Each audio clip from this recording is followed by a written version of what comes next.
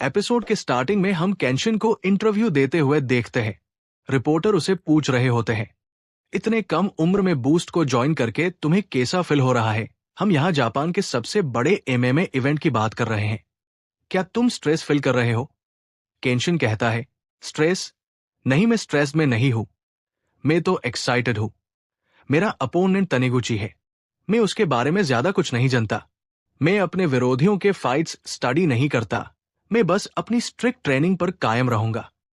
तो मैं वैसे भी जीत जाऊंगा। दूसरी तरफ क्लास की लड़कियां और लड़के केंशिन का इंटरव्यू देखकर केंशिन के बारे में बात करने लगते हैं।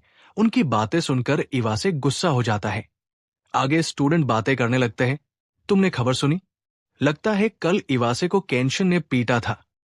दूसरी ओर लड़कियां भी बातें करने लगती है, तुम जानती हो वो अक्सर उस लड़के को बुली करता है। मुझे उसका नाम याद नहीं है, पर जिसके अजीब से बाल है। दूसरी लड़की ओबा को देखकर कहती है, देखो उसके गाल पर चोट का निशान है। ये सब सुनकर इवासे ह्यूमिलिएटेड फील करने लगता है। इवासे के दोस्त बाकी स्टूडेंट को इवासे के बारे में बात करने से रोक रहे होते हैं। दूसरी ओर इवासे सोच रहा होता है, कल के बारे में उन्होंने सबको बता दिया। अब वो हीरो बन गया है और मैं एक विलन। आगे वो डरते हुए सोचने लगता है, अगर टोकिवा सान को ये पता चला तो वो मुझे जान से मार देगा। तभी ओबा इवासे को आवाज देता है और उसे जिम के पीछे चलने कहता है। इवासे ये सुनकर शॉक होता है और ओबा से कहता है, ये क्या कह रहे हो तुम? वो सोचता है, ये मुझसे बात क्यों कर रहा है? ओबा उसे चलने के लिए फोर्स करता है। उनकी बात सुनकर बाकी स्टूडेंट आपस में बातें करने लगते हैं। ये तो वही लड़का है ना जिसे इवासे बुली कर रहा था। वो इवासे को कहीं बुला रहा है। उनकी बातें सुनकर इवासे परेशान होकर सोचने लगता है, क्या ये मुझसे सुलह करना चाहता है? फिर वो ओबा के कंधे पर हाथ रखकर उसे थोड़ी देर छत पर चलते हैं कहता है। थोड़ी देर बाद हम दोनों को छत पर देखते हैं। इवासे कहता है, मैं तुम्हें अब और परेशान नहीं करूंगा, बस मुझसे बात मत करना। ओबा जवाब में कहता है, नहीं, मैं तुम्हारे साथ फिर से खेलना चाहता हूं। यह सुनकर इवासे शॉक हो जाता है और सोचने लगता है, इस बंदे को क्या हो गया है? क्या ये मुझसे डरता नहीं है? आगे इवासे गुस्से में कहता है, मैं तुम्हारे साथ खेल नहीं रहा था, मैं तुम्हें पीट रहा था। ओबा रिप्लाई देता है, हाँ मुझे पता है, पर मैं बस चाहता हूं कि तुम मुझे फाइट करना सिखाओ। इवासे ये सुनकर शॉक होता है और ओबा से कहता है, क्या तुम सच में मेरे साथ टाइम बिताना चाहते हो? क्या तुम कल खुश नहीं थे जब केंशिन ने मुझे मारा? ओबा कहता है, खुश ऐसा क्यों कह रहे हो? मैं केंशिन से सच में नफरत करता हूं, मुझे वो पसंद नहीं है। ये सुनकर इवासे के चेहरे का रंग उठ जाता है। वो पूरी तरह से ब्लैंक हो जाता है। वो कहने लगता है, ये तुम क्या बकवास कह रहे हो? तुम केंशिन से नफरत करते हो? तुम एमएमए दुनिया के सबसे बड़े हीरो से नफरत करते हो, स्कूल के उस सबसे मशहूर लड़के से जिसे हर कोई पसंद करता है। तभी उसे याद आता है। वो ओबा से पूछता है, मैंने तो कल तुम्हें फेस पर नहीं मारा था, तो फिर ये चोट कैसी?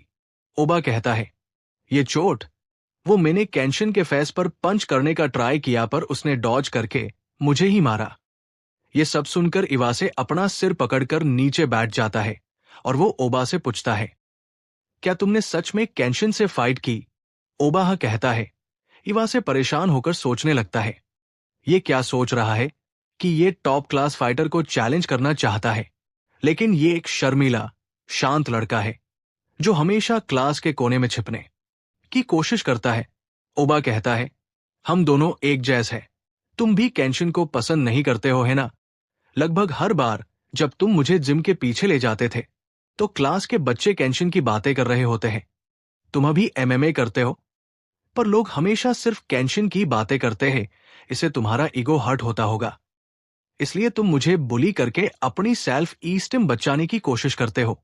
यह सुनकर इवासे गुस्सा होकर ओबा को पंच करने की ट्राई करता है, पर ओबा पंच को डॉज करता है। ये देखकर इवासे और गुस्से में आकर उसे किक करने की ट्राई करता है, लेकिन ओबा फिर से उसकी किक डॉज करके उसके पीछे खड़ा हो जाता है। ये देखकर इवासे शॉक होकर सोचने लगता है, क्या सच में इसने मेरी हाई किक को ऐसे डॉज किया जैसे ये कुछ भी नहीं? मुझे लगता है कि मेरे मुक्के उसके सामने धीरे धीरे कमजोर पड़ते जा रहे हैं। पर कैसे?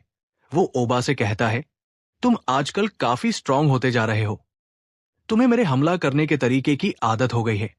ओबा हंसते हुए एक बुक दिखा के जवाब देता है, असल में मैं तुम्हारे फाइटिंग स्टाइल के नोट्स बनाता हूं, क्योंकि मुझे ऐसा करना पसंद है, पर दर्द ज्यादा पसंद नहीं करता।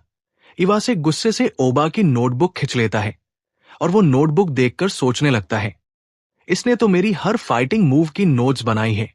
ओबा कहने लगता है, अस्थमा के कारण मैं स्कूल भी कम आता हूं और मैं हमेशा अकेला रहा हूं। किसी ने मुझसे बात नहीं की, इसलिए मैंने कभी दोस्त नहीं बनाए। इसी वजह से मेरी आदत है कि मैं दूसरे बच्चों की हर छोटी बड़ी बात नोट करता हूं। इवासे-कुन, तुम मेरे सबसे पुराने दोस्त हो। क्योंकि हम दोनों ही केंशिन को नापसंद करते हैं, तो क्या तुम मुझे उसे पंच मारना सिखा सकते हो? इवासे सोचने लगता है, हैरानी की बात यह है कि ये तो मुझे अपना दोस्त मानता है। रुको, पर यह प्रॉब्लम नहीं है। यह पहली बार है जब मैंने उसे किक मारने की कोशिश की है। इसका मतलब है कि यह हमारे स्पेयरिंग सेशन के दौरान हमें देख रहा था, इसलिए वो किक डॉज कर पाया, क्योंकि मैंने हमेशा की तरह मूव किया था। और यह बंदा केंशिन से बदला लेना चाहता है। इवासे कहता है, तुम्हें इतनी बड़ी चोट देने के लिए उसने तुम्हें काफी जोर से मारा होगा। ये कैसे हुआ? ओबा कहता है, उसने मुझे खाली कहा, मैं हमेशा सैड दिखता हूं और मेरे पास कोई ड्रीम नहीं है, यही मेरा प्रॉब्लम है। ऐसा उसने कहा था, जबकि वो खुद अंदर से पूरी तरह खाली है। केंशिन का हमेशा से एक सपना रहा है, वो तो उसे पूरा करते हुए मशहूर भी हो गया। अच्छा है उसके लिए, पर मुझे हमेशा से ही हेल्थ प्रॉब्लम रही है।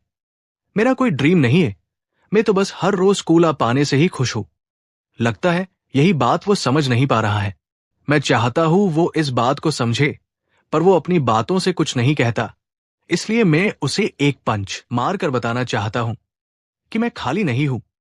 ये सब सुनकर इवासे सोचने लगता है, डेफिनेटली ये सबसे अजीब बंदा है जिसे मैंने आज तक देखा है, पर शायद क्या मैं उसे जिम ले जाऊं।